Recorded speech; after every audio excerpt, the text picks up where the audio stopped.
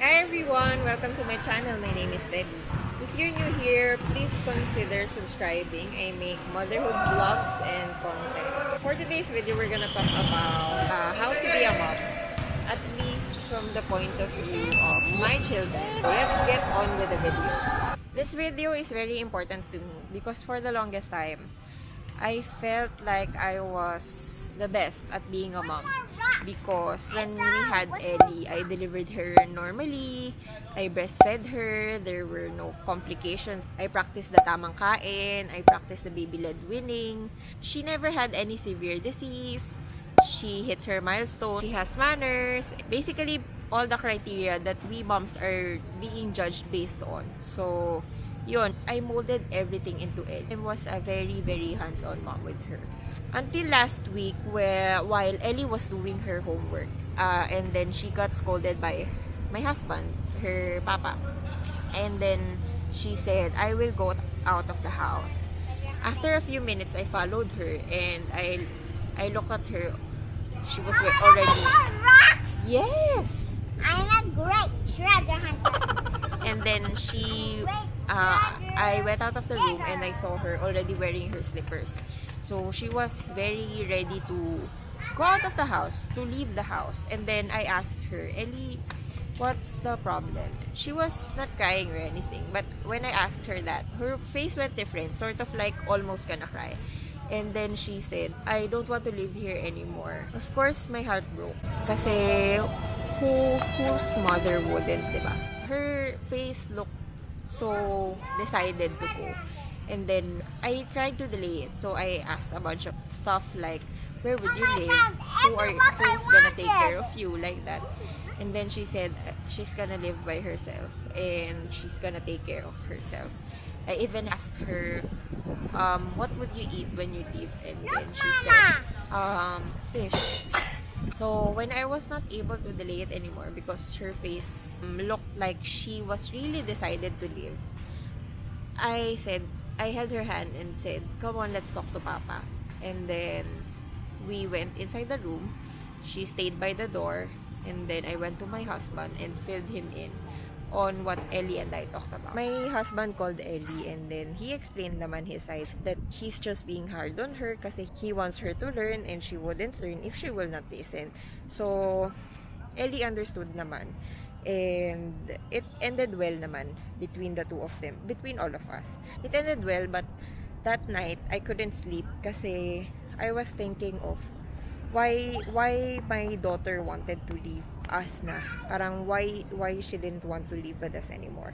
So, I was questioning myself. I was questioning my pagiging nanay to Ellie. Na if despite of what happened, am I still a good mom? Am I still considered the best at being a mom? Hi! Thank you! And then I realized that ever since we had Ellie, I was pouring all of myself. I was giving all of myself to be the best mom that I can be for Ellie. I read up on a lot of things. White shell. Okay. I found the white shell. Basta I made sure that I gave the best for her. And I did. Until the time that Lily came into her lives. Kasi I was very expert. From the sea. Okay.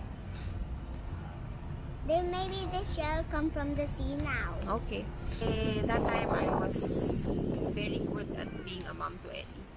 And then when Lily came, I was back a great mom in the whole wide world. Yes. Do you think so?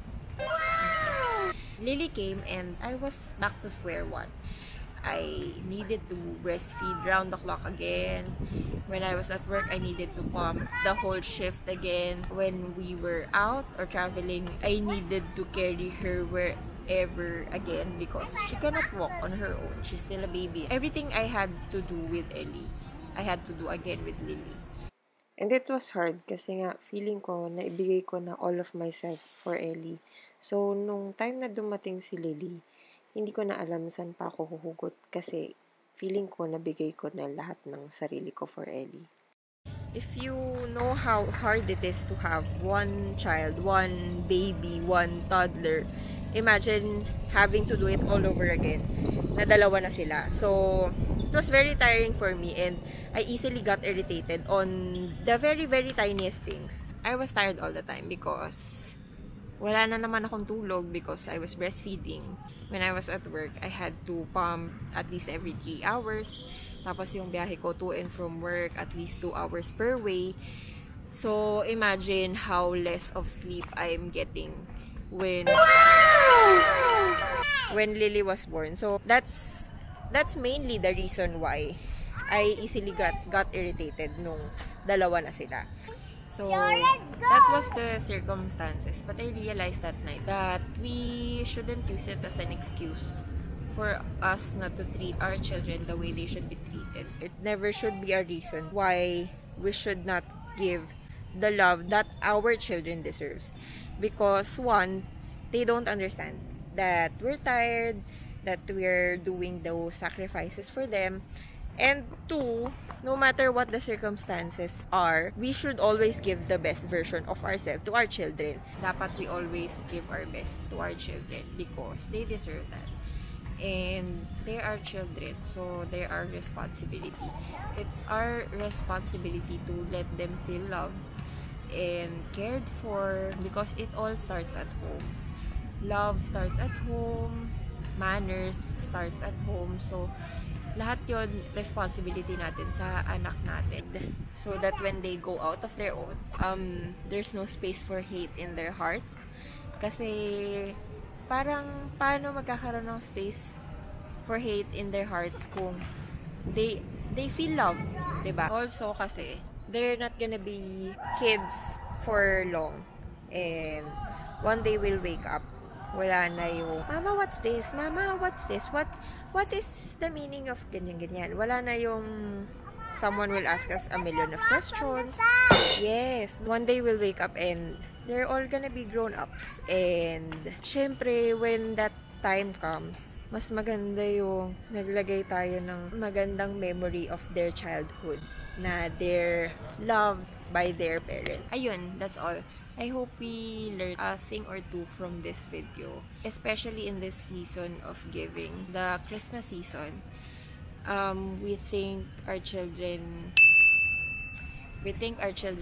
loves expensive toys, expensive gifts, but what's more important is the time we spend with them, the love that we let them feel. So they have memories to look back on when they're grown up. It's also something to talk about as the year ends. And ayun, thank you so much for watching. I'll see you on my next video. Bye! Ate, you say bye.